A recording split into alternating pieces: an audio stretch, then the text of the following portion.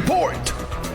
Nakauwi na sa kani-kanilang tahanan ng 7 mangingisda na na-rescue mula sa lumubog na sasakyang pandagat ni FBCA Faith Nathaniel sa baybay ng Agno, Pangasinan. Ayon sa ulat, natagpuan ang kanilang papalubog na bangka noong besperas ng Pasko, Disyembre 24, 2024. Ligtas silang naihatid sa kanilang mga pamilya noong Huwebes, Disyembre 27, 2024. Walang nasaktan sa insidente at nasa maayos na kalagayan ng mga mangingisda matapos ang pagsagip. Agad ding nagbigay ng tulong ang Coast Guard Substation Infanta at ang lokal na pamahalaan ng Pangasinan sa mga nasagip. Patuloy namang nagsasagawa ng monitoring at pagbabantay sa karagatan ng Coast Guard Station Pangasinan at CGSS Infanta upang matukoy ang kaligtasan ng mga mangingisda at iba pang manlalakbay sa dagat. Kasama mula rito sa IFM Dagupan, ito si Idol Juana De Vera, Tatak IFM.